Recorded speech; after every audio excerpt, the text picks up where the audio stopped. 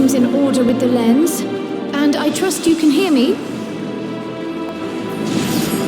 Those things are pure malcontent, the residue of lives unfulfilled.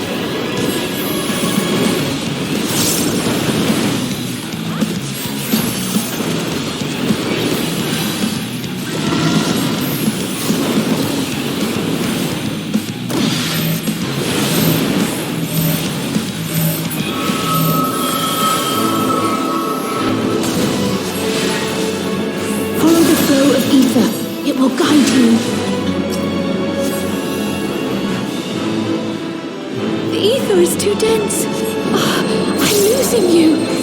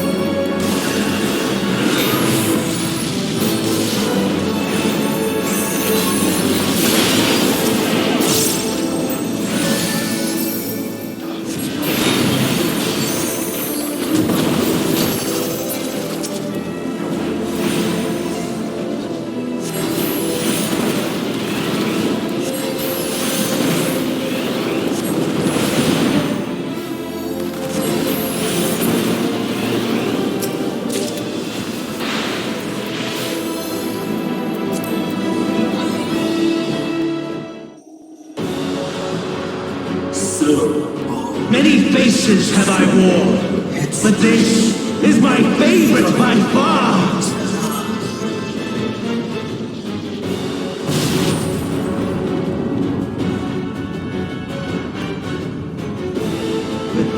You will persist in this folly no longer.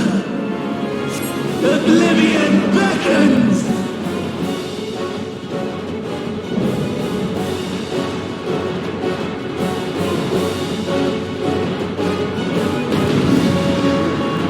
The stage is set!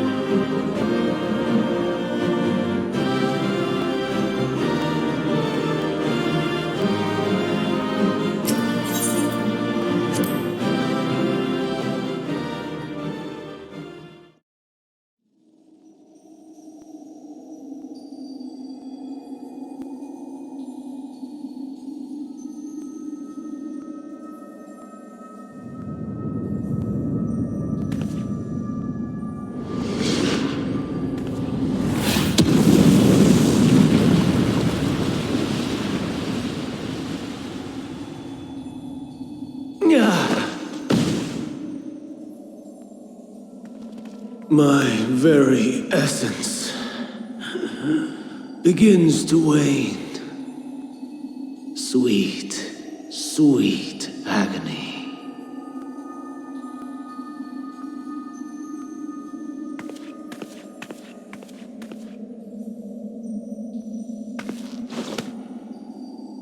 Leave this to her.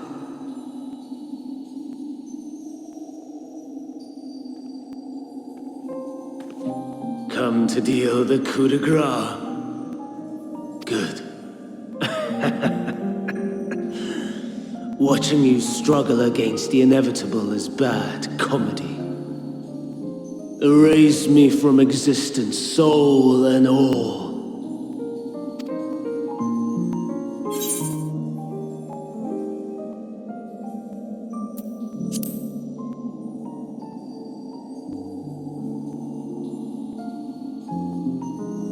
How would you know that name?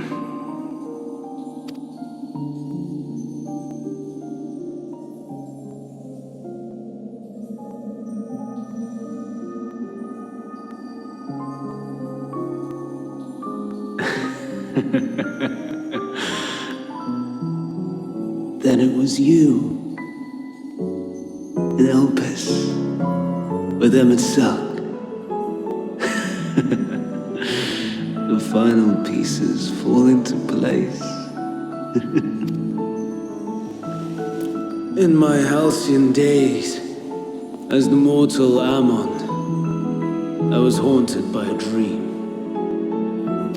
Night after night, the faceless multitude, the voiceless cries, shards of shattered memories.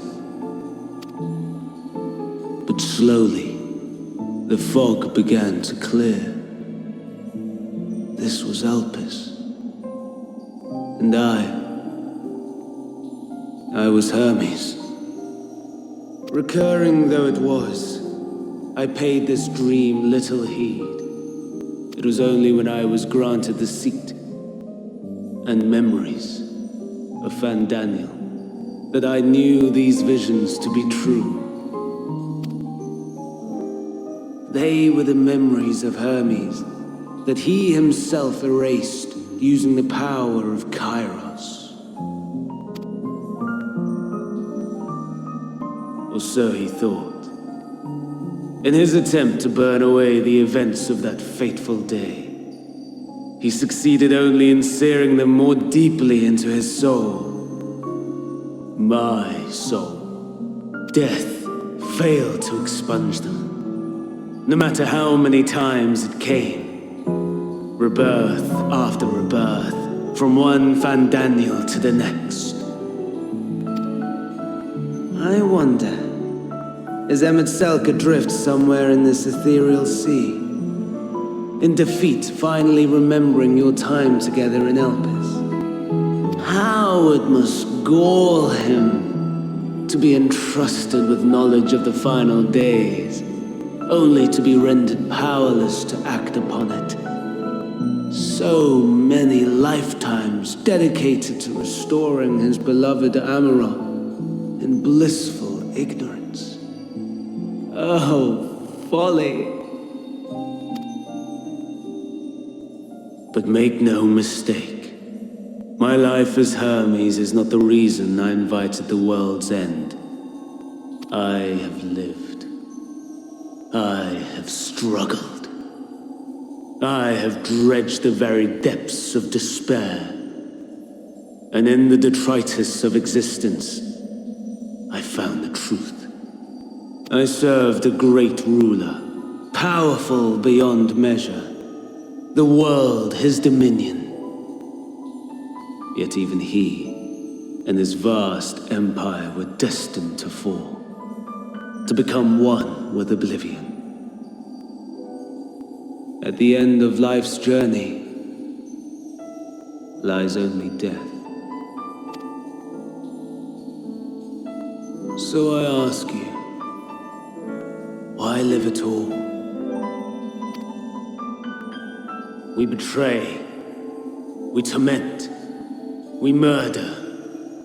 We are wicked, spiteful creatures, without exception.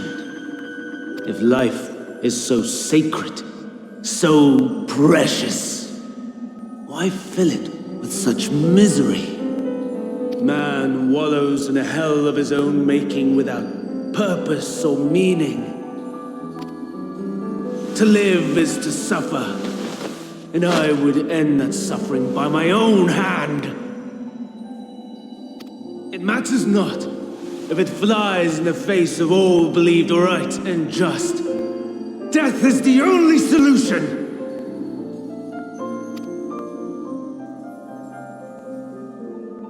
That is my truth, my answer to the question. And yet, even as the words pass my lips, I am filled with doubt. Has my search reached its end?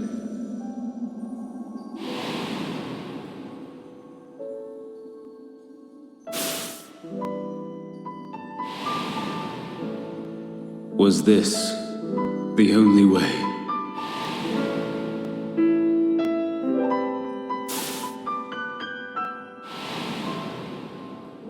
After all these years,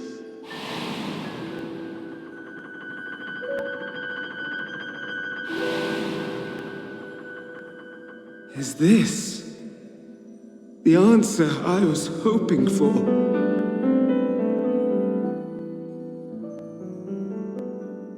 The lamentations of the damned. How it vexes me to see your conviction falter at the last. Van Daniel, still clinging to existence, I see. You, who champion death so fervently, unwilling to accept your own, refusing to be purified and swept into the sea of souls. As do I. We prisoners to men, watching as the world turns.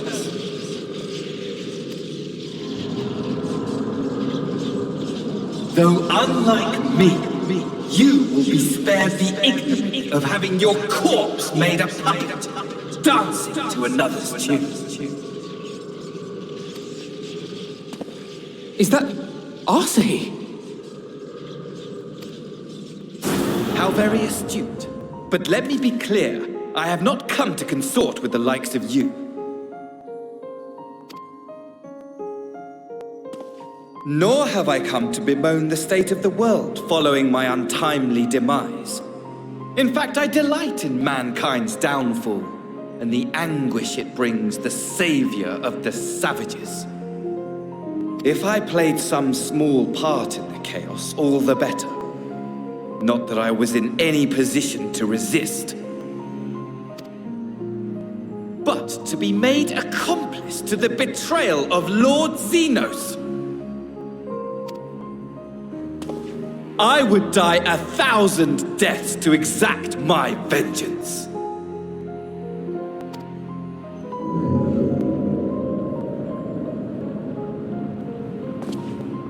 Now you are at my mercy. I shall drag us both into oblivion, and you will never see the fulfillment of your magnum opus. Even should you be reborn, your desperate search for answers must start again.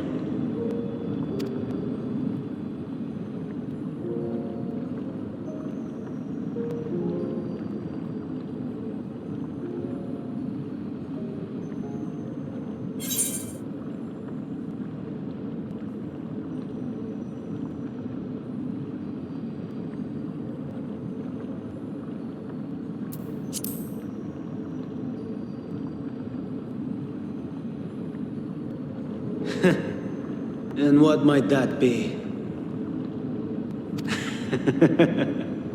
My wish is all but granted. To die and take you all with me.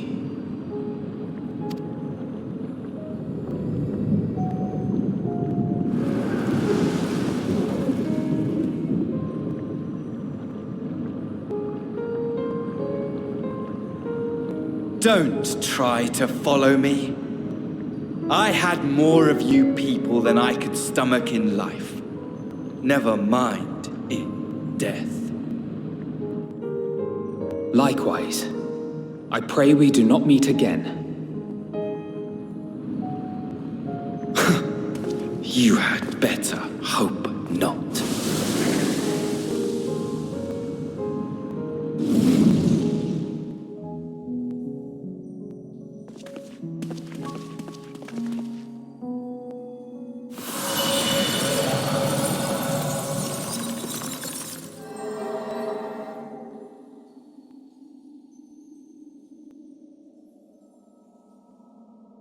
Come. Hydaelyn is waiting.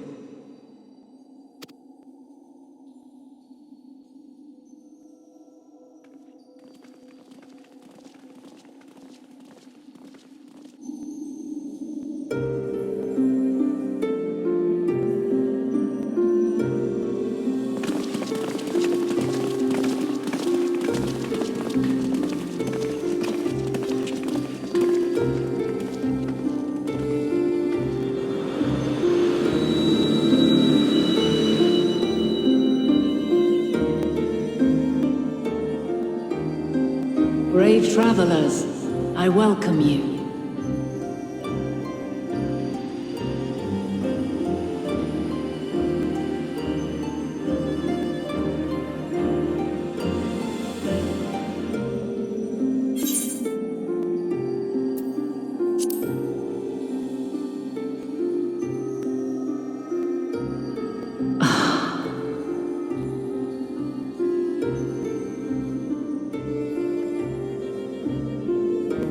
I see. Thou didst journey unto Elpis. And now, the rivers of time converge.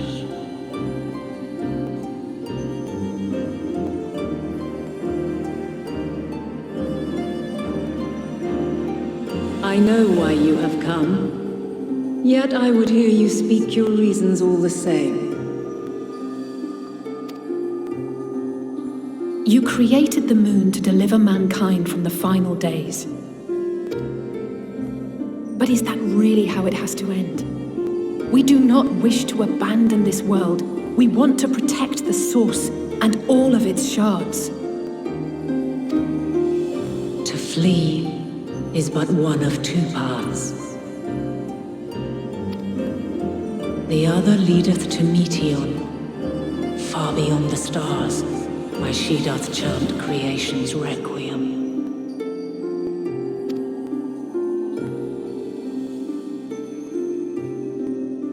Her domain is formed of dynamis, pure, absolute. Where emotion and memory govern all, ether will avail you naught.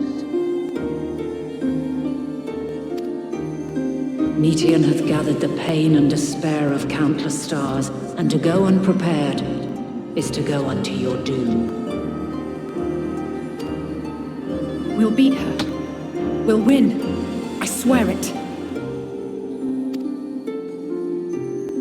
Is what I might have said once. After everything I've seen, all the times I've succumbed to my own anger and fear. I can no longer pretend that courage and faith will be enough. But are we truly so powerless that our only choice is to flee?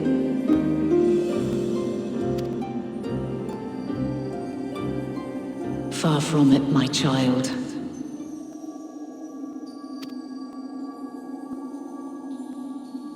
Long ago, the inhabitants of myriad stars, many more prosperous than Aetheris, sought to free their worlds from life's woes.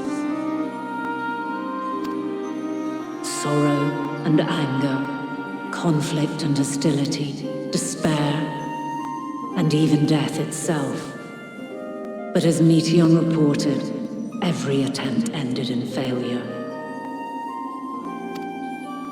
Darkness abideth within every living being and can never be cast out. Neither reason nor faith can challenge this immutable truth. To live is to suffer. And in suffering, find strength and purpose and hope. As you have done so many times before.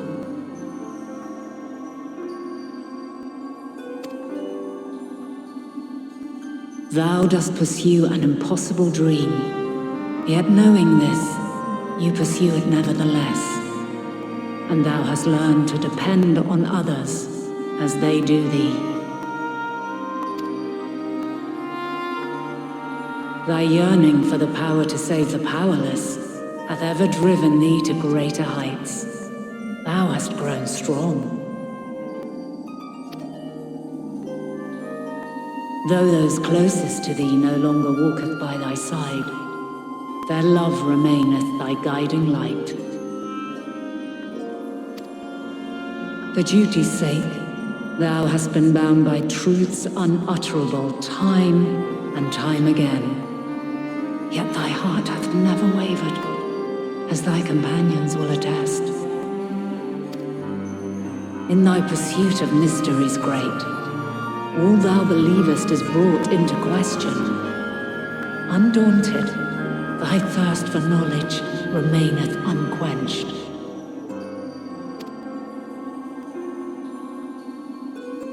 The fires of hatred that once burned in thy heart burneth no more. From their ashes doth spring the light of love, warm and pure.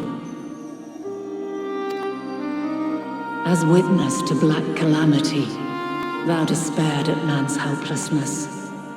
Resolved, thou didst unite a distant world on the brink of collapse.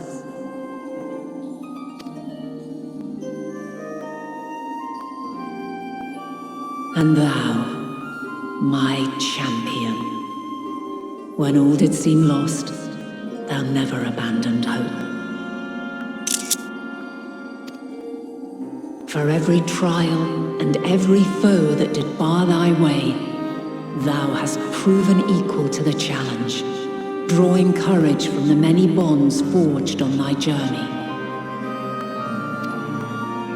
You have all known despair, and though the end approacheth, you walk on, heads held high.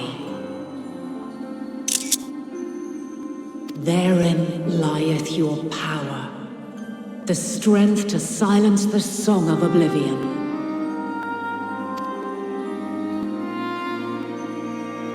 Then there is a means to confront her. Yes, if you should prove yourselves worthy. Hark!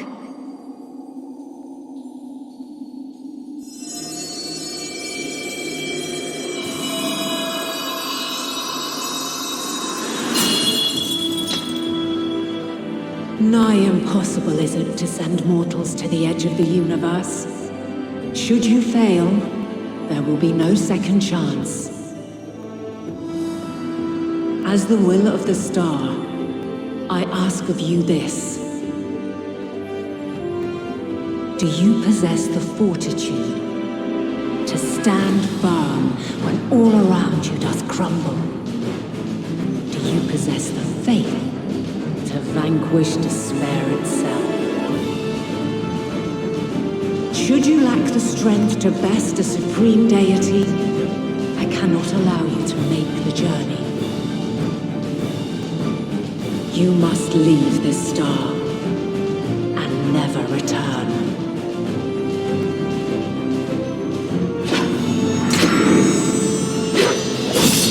Prepare yourselves. Prove ourselves worthy, then. Sounds straightforward enough. Aye. No room for confusion there. In any case, We've come too far to back down now. I am of the same mind. What power I have, I shall bring to bear. The three of you seem to be forgetting who we're up against. It's not every day we battle a divine being of untold power. Well, not quite every day. Do try not to get underfoot. Needless to say, there'll be no margin for error. Let us hold nothing back. For the people of this world and those beyond the rift.